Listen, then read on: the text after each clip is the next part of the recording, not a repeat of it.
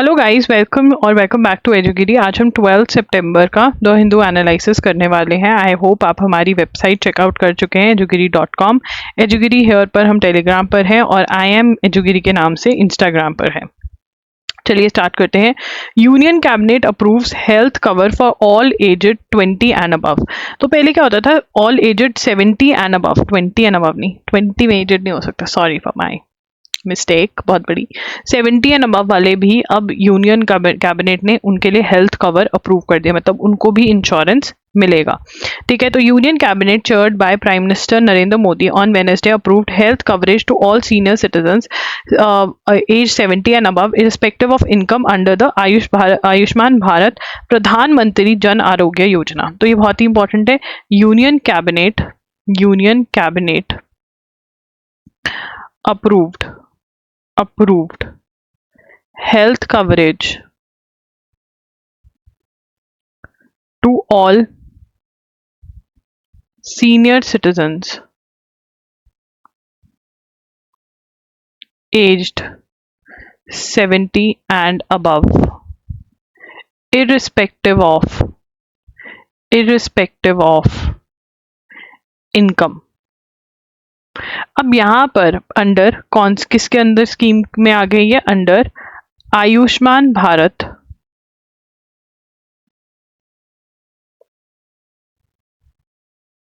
प्रधानमंत्री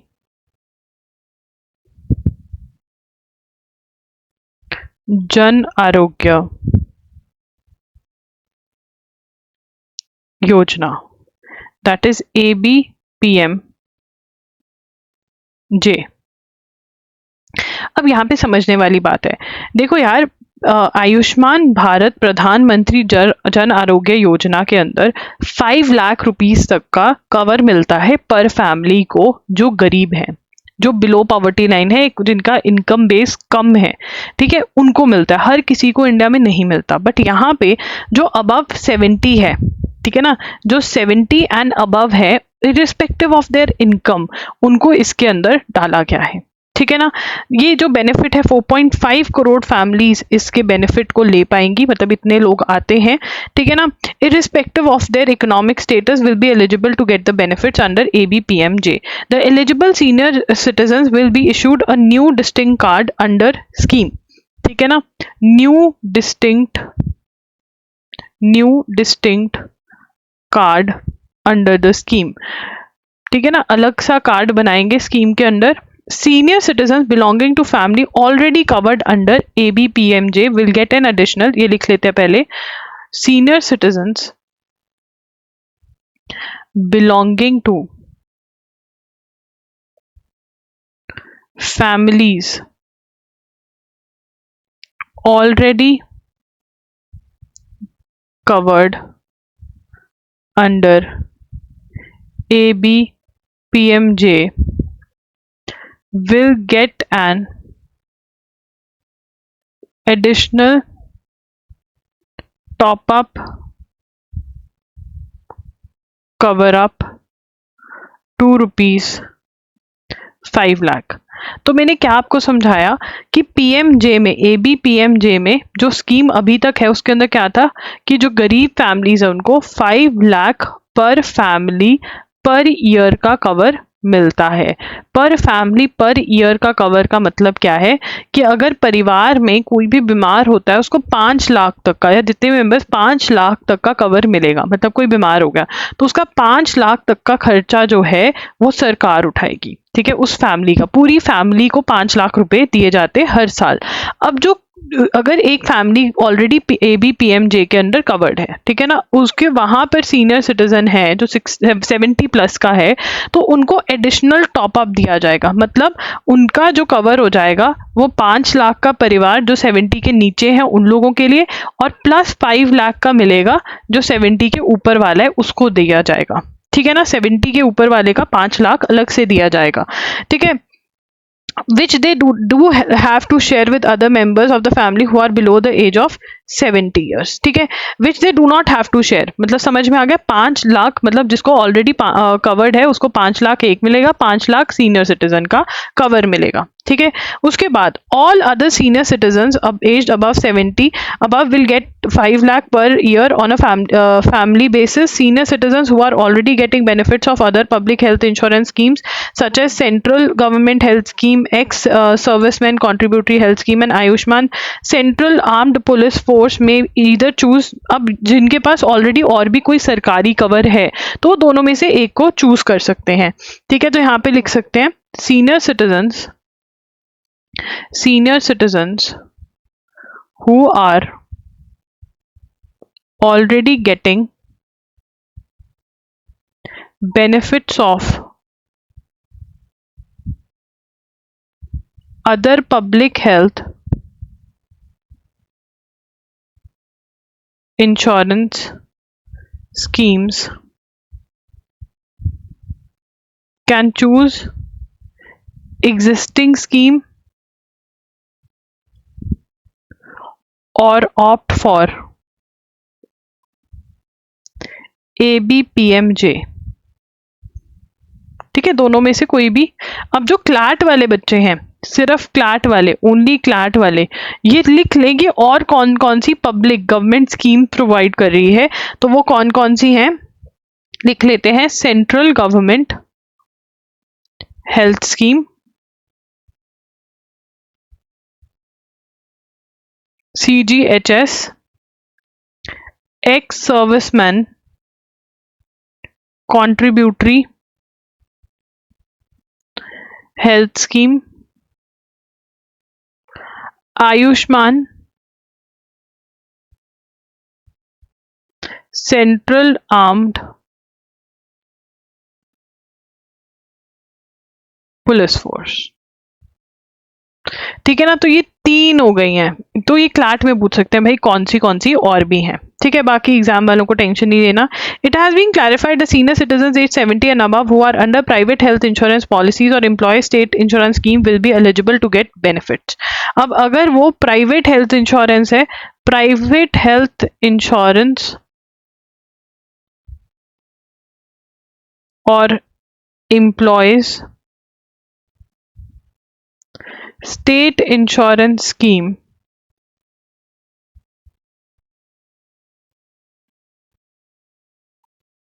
also covered, वो भी कवर्ड है इसके अंदर, ठीक है। The ABPMJ is world's largest public funding health insurance scheme, ठीक है ना। तो यहाँ पर वो क्या कह रहे हैं, ABPMJ is world's largest publicly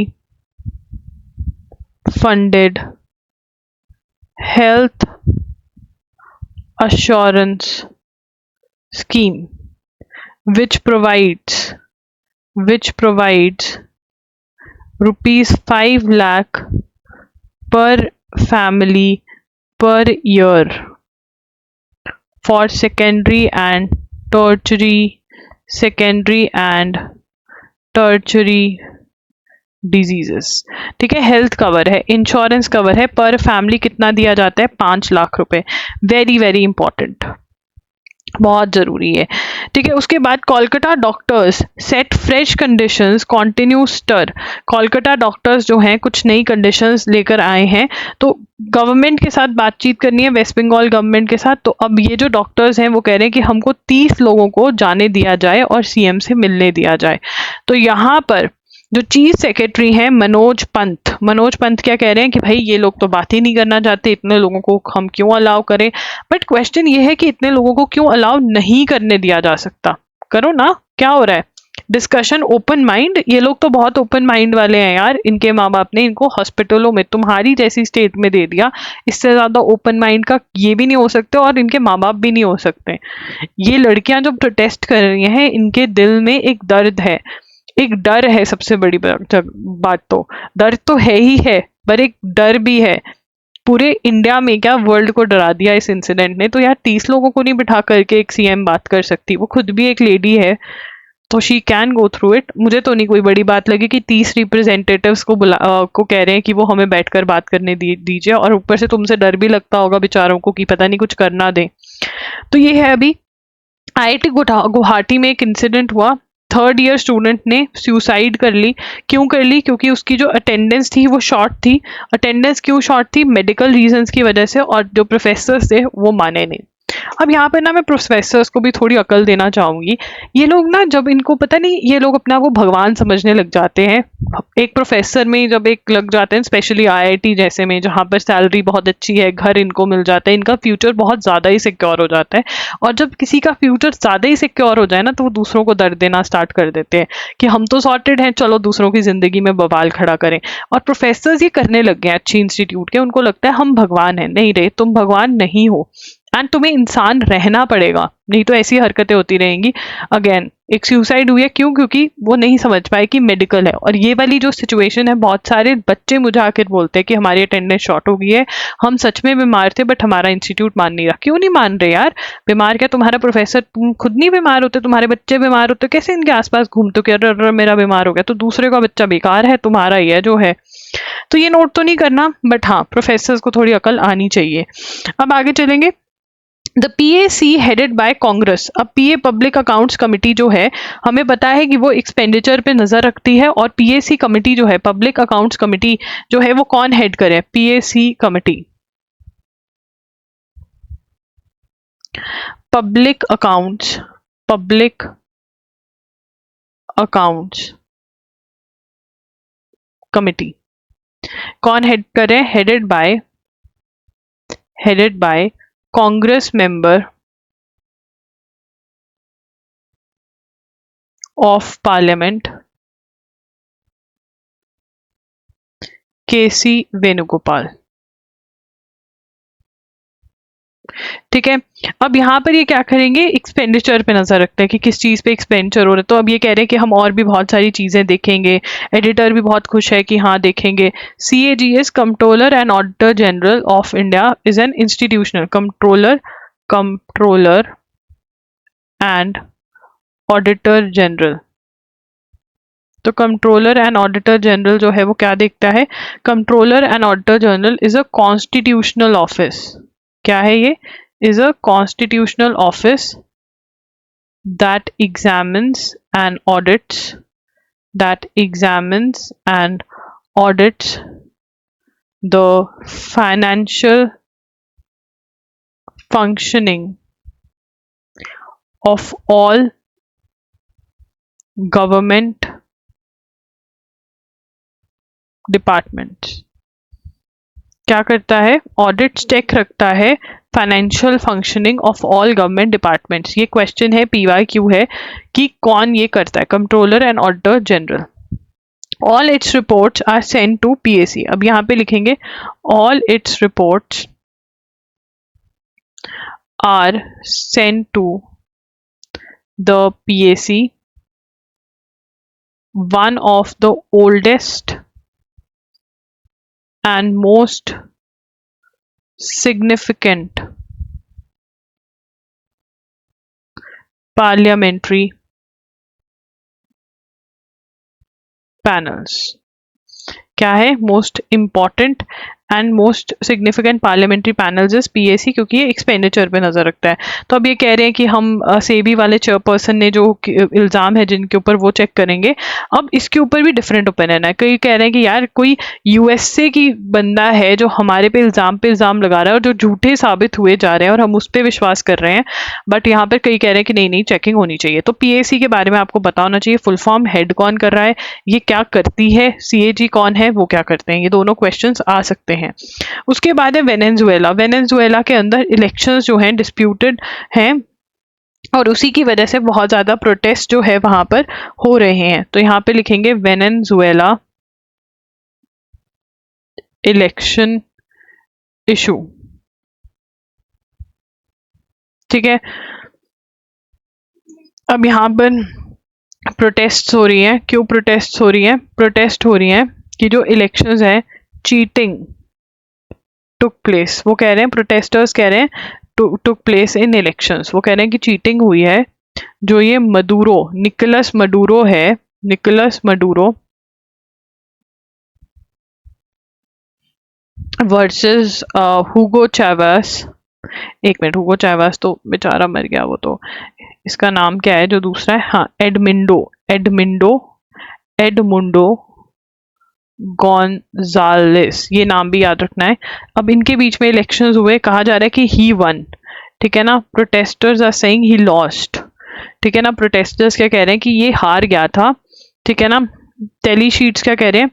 tele sheets issued by electronic voting machines suggested Mr.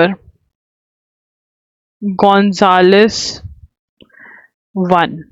तो वो क्या सजेस्ट कर रहे हैं कि मिस्टर गोंजालेस जीत गया, but mister Maduro was confirmed victorious by supreme court. Supreme court ने विक्ट्री करी किसकी?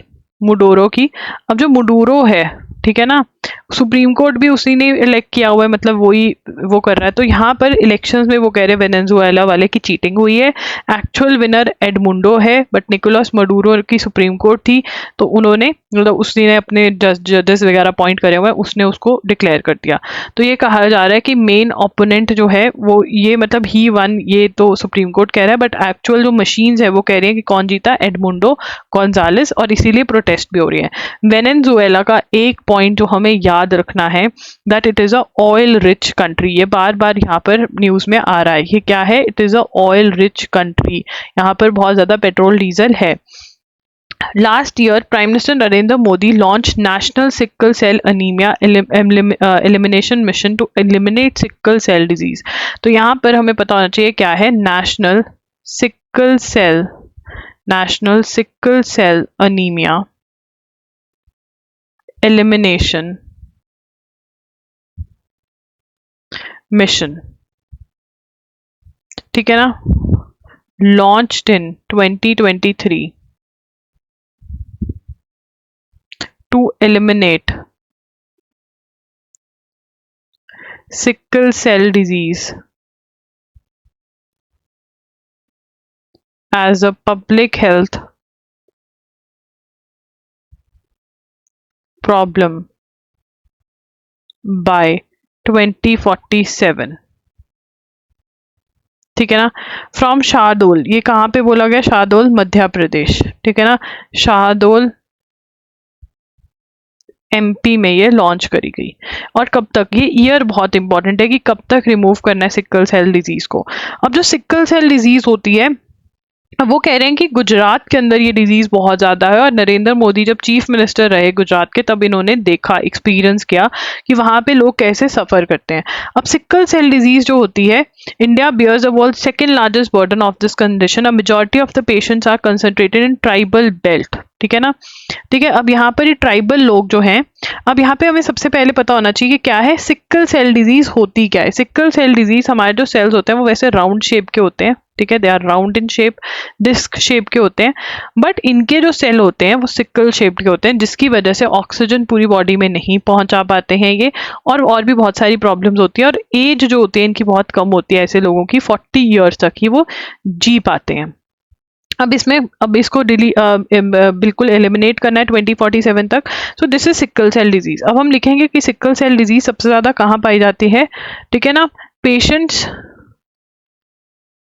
concentrated in tribal belt. Tribal belt में ये लोग ज्यादा पाए जाते हैं। कॉन्सेंट्रेशन कहाँ पर है? ट्राइबल में, ट्राइबल एरियाज में ज्यादा है। A majority of patients are concentrated in tribal belt, जैसे Orissa, Jharkhand, Chhattisgarh, Madhya Pradesh, Maharashtra.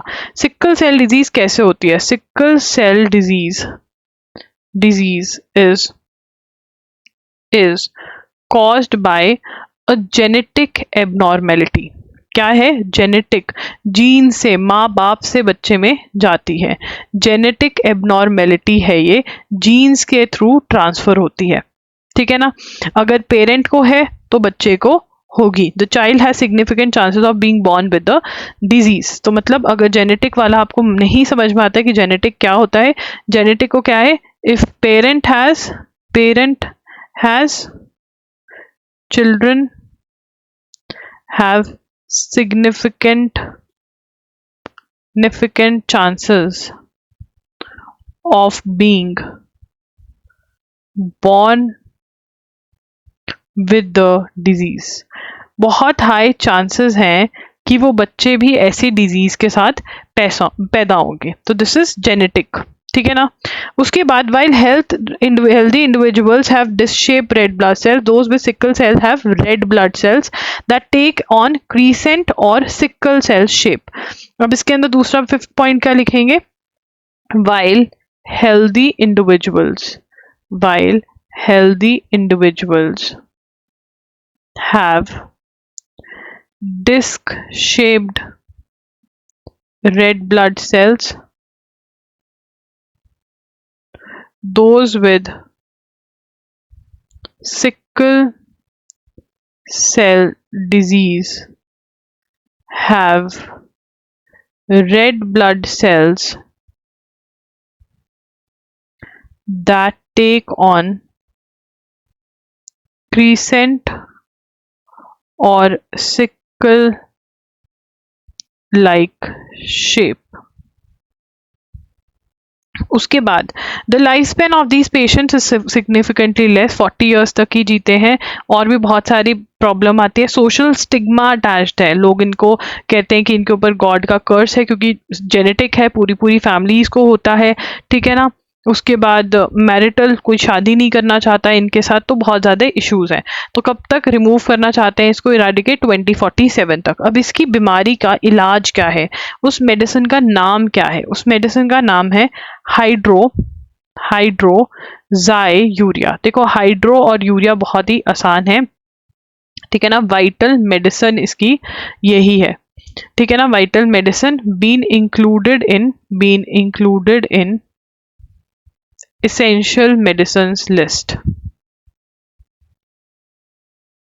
essential medicine list में क्यों बना दिया?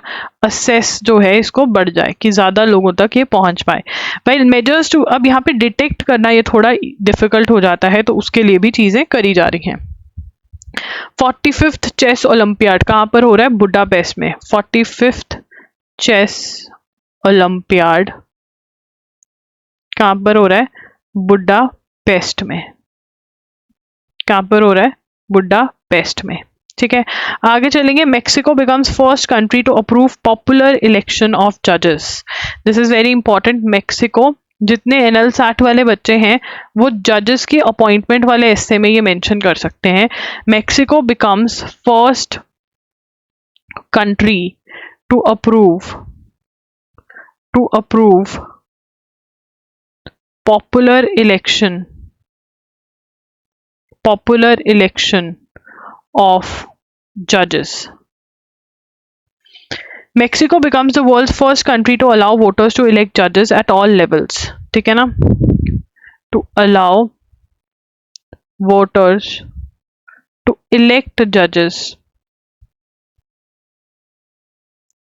at all levels. ठीक है. तो इसके बारे में और NL-SAT वाले डिटेल में पढ़े कि इलेक्शन कैसे होगा, क्या होगा. ठीक है. Modi reaffirms plan to back chip facilities को बैक किया जाएगा. सेमिकॉन इंडिया समिट जो है वो हो रही है दिल्ली में, नोएडा में. सेमिकॉन इंडिया समिट, ये किसकी समिट होती है? सेमीकंडक्टर्स की. सेमीकंडक्टर्स इतने इंपॉर्टेंट क्यों है? वो चिप्स की जो है, सेमीकंडक्टर्स चिप्स की समिट है. सेमीकंडक्टर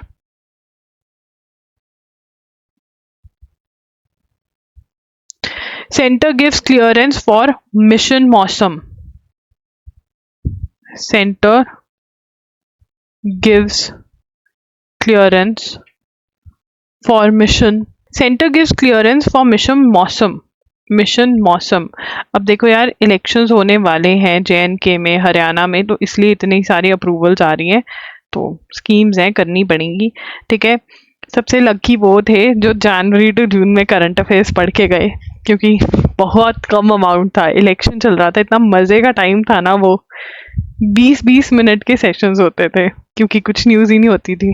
चलो अब पढ़ लो.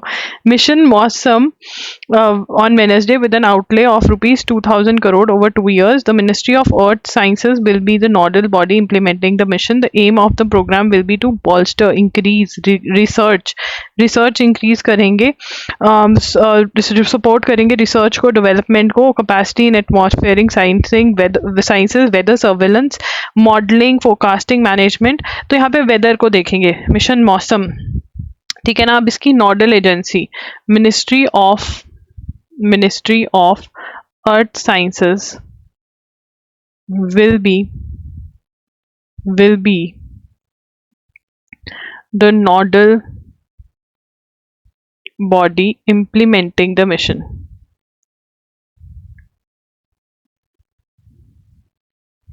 जो मिशन को इम्प्लीमेंट करेगी वो नोडल एजेंसी है जो मिशन को इम्प्लीमेंट करेगी. राइट. एम क्या इसका? Aim of the programme will be to bolster research and development and capacity in atmospheric sciences, weather surveillance etcetera. मतलब ये वेदर फोरकास्टिंग, मौसम, वेदर, ठीक है ना. अब इसके अंदर क्या होगा? Include deploying next generation. अब ये इंपॉर्टेंट है कि नेक्स्ट जनरेशन रडार्स लगाए जाएंगे एंड सैटेलाइट सिस्टम लगाए जाएंगे. ये ज़्यादा इंपॉर्टेंट है. सैटेलाइट सिस्टम मतलब वेदर का कैसा मौसम है, हालचाल, ये इस पे वो होगा. रिसर्च होगी इसके ऊपर, रिसर्च एंड डेवलपमेंट होगी, R&D होगी. ये इम्प्लीमेंटिंग एजेंसी है और मिशन मौसम अप्रूव कर दिया गया है. अब यहाँ पर बजरंग पूनिया जो कि एक रेसलर है, ठीक है ना, इनका doping national anti doping drugs का टेस्टिंग होता है वो इन्होंने देने से मना कर दिया था, तो इनको खेलने से मना कर दिया. अब इन्होंने ये चैलेंज कर लिया है. Centre to nudge banks to fund green energy projects. Nudge क्या? उनको बोलना. कूनी मारते हैं ना ऐसे, कूनी जो होती है ये एल्बो है ना, मारते हैं ना, तो उसको कहते हैं नज करना. To help meet India's $30 billion funding requirement for installing 500 gigawatt of non-fossil fuel capacity by Ministry of New and Renewable Energy is talking with financial institutions, public and private sector banks, urging them to commit a proportion of तो री-इन्वेस्ट summit कर रहे हैं. क्या कर रहे हैं? री-इन्वेस्ट summit. अब जो री इन्वेस्ट समिट है वो कहाँ पर हो रही है? गांधीनगर में हो रही है. कहाँ पर हो रही है री इन्वेस्ट समिट? गांधीनगर में. बहुत इंपॉर्टेंट है, ये क्वेश्चन आ सकता है कि कहाँ पर हुई है. अगर यहाँ से क्वेश्चन आएगा तो ये आने के बहुत चांसेस है. यहाँ पे क्या करेंगे? यहाँ पर आस्क बैंक्स, ठीक है ना, बैंक्स को मनाएंगे, नज करेंगे. Ask banks to fund green energy projects fund करवाने के लिए है. To help meet India's ₹30 trillion funding requirement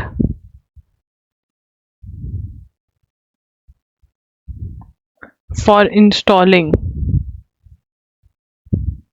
500 gigawatt of non-fossil fuel of 500 gigawatt of non-fossil fuel capacity by 2030. ठीक है ना. तो यहाँ पर इंडिया का क्या एम है? इतना पैसा हमको चाहिए इतनी बिजली बनाने के लिए. नॉन फॉसिल फ्यूल मतलब जो ग्रीन वेज हैं, जैसे विंड मिल लगाना है, ठीक है ना, जैसे कि वाटर से एनर्जी निकाल लो इलेक्ट्रिसिटी बनाने के लिए, ठीक है, और सोलर पैनल्स लगाना है, तो वो चीज़ 500 गीगावाट हमारा एम है, इतना पैसा हमें चाहिए, बैंक्स को हम कह रहे हैं कि भैया आप इन्वेस्ट करो, ठीक है ना। To commit portion of their loans to renewable energy, क्या करवाने वाले हैं हम उनसे, to commit portion of their loans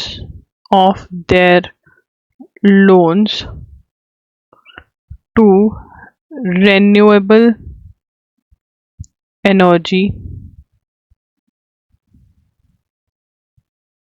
projects.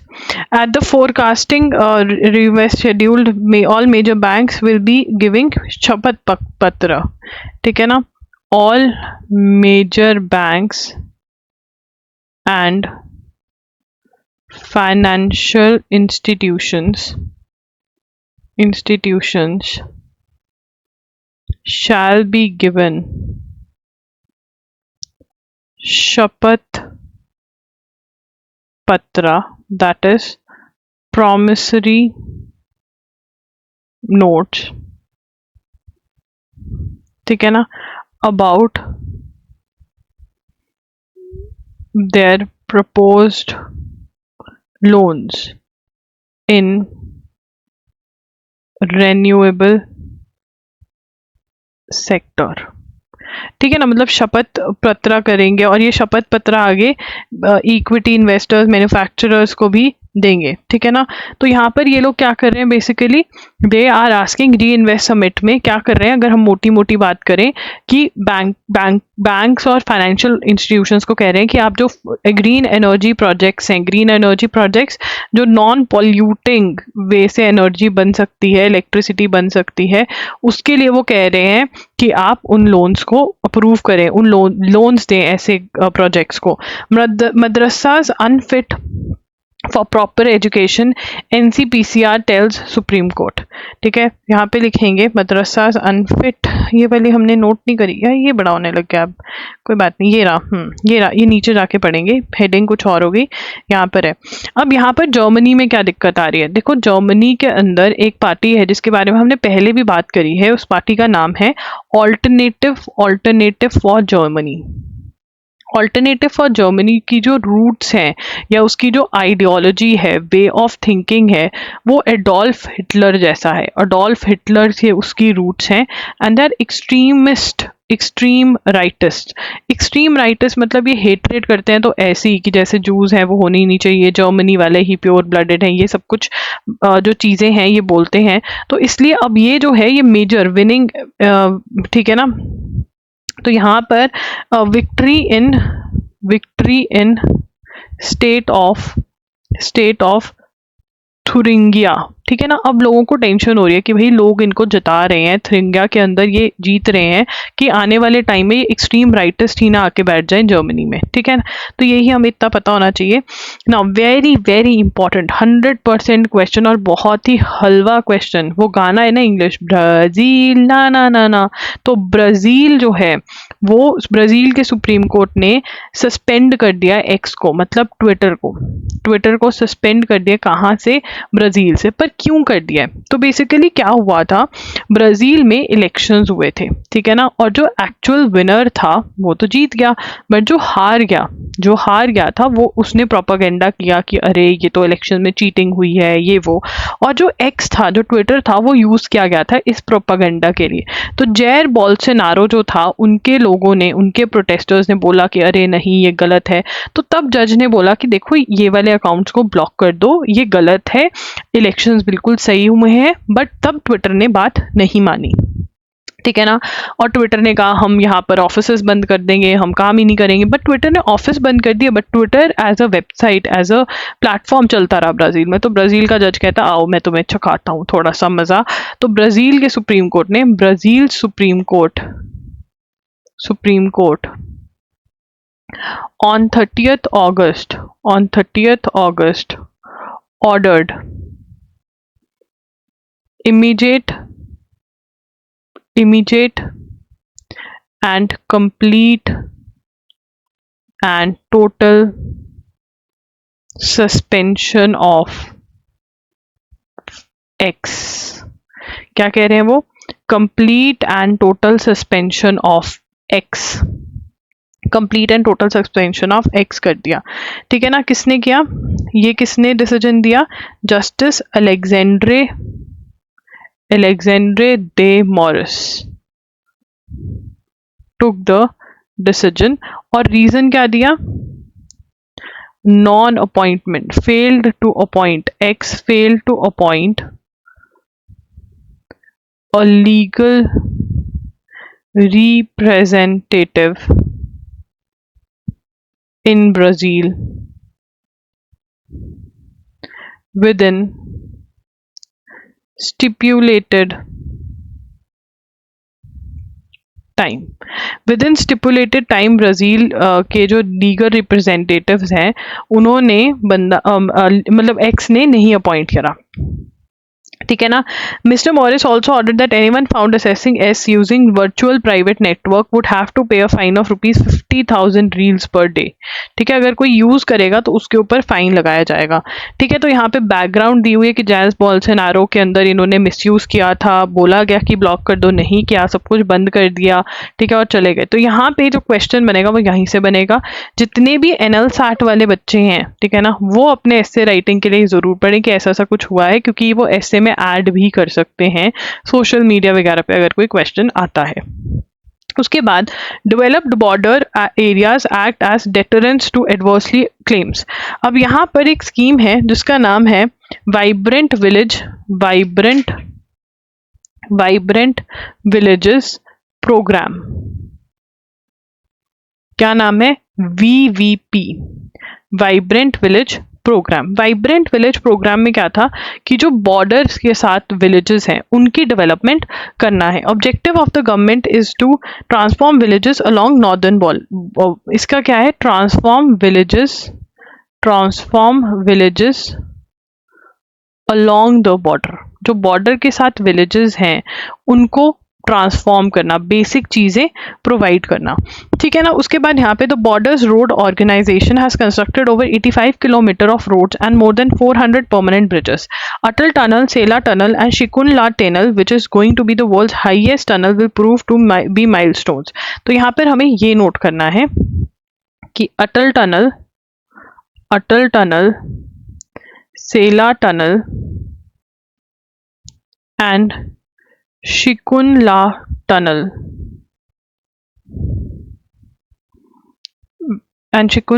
is going to be, यहाँ पे अब तुम ढूंढ के लाओगे which is the world's highest tunnel, इसका आंसर मुझे कमेंट्स में चाहिए। और एक और नोट कर सकते हो कि कौन सी टनल किसको, कौन कौन से एरियाज में या किसको कनेक्ट करती है, PYQ है ये। अब बढ़ेंगे madrasas unfit for proper education, NCPCR। सबसे पहले तो NCPCR की फुल फॉर्म आ सकती है। ठीक है, पहले हेडिंग में लिख लेते हैं मदरसाज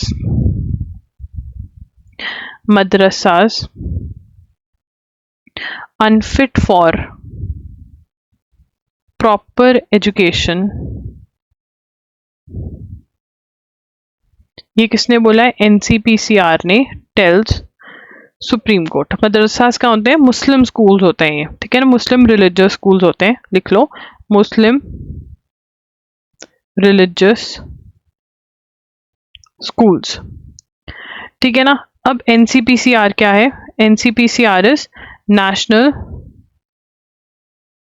commission for protection of child rights. ये क्या है, top protection body in country, protect करती है चाइल्ड राइट्स को। और ये कह रहे हैं कि भाई मदरसा सही नहीं है, और ये किसके अंदर, in response to cases challenging Allahabad high court judgement which struck down Uttar Pradesh Board of Madrasa Education act 2004। तो यहाँ से हमें सबसे पहले क्या पता चलता है कि इलाहाबाद हाई कोर्ट ने Uttar Pradesh board of madrasa education act को ख़त्म कर दिया है। ठीक है ना। अब क्यों ख़त्म किया, वो कह रहे हैं कि जो टेक्स्ट बुक्स मदरसाज में पढ़ाई जा रही हैं वो profess supremacy of law, supremacy of Islam, ठीक है ना, इस्लाम को प्रायोरिटाइज या वो कर रही हैं। एनसीईआरटी जो पढ़ाई जा रही है वो थोड़ी बहुत पढ़ाई जा रही है, ऐसे कोई डिटेल में नहीं। टीचर्स अपॉइंटमेंट भी ऐसे ही हो रहा है, कुछ ऐसा नहीं है, ठीक है ना। Quran and other religious text पढ़ाए जा रहे हैं, तो ऐसा पढ़ा, और दूसरे रिलीजन के बच्चे भी वहाँ पर पढ़ रहे हैं, जो कि गलत है, ठीक है ना। यहाँ पे it said children from faiths other than Islam were also studying in madrasas in Bihar, Madhya Pradesh, etc. और ये क्या वायलेट करता है, वो कह रहे हैं this is violation of article 28(3) of constitution which upholds the right against forced participation in religious instruction or worship। Force नहीं आप रिलीजियस इंस्ट्रक्शन या वर्शिप करवा सकते, आर्टिकल 28(3) ये बोलता है ना। This is very very important, ठीक है ना।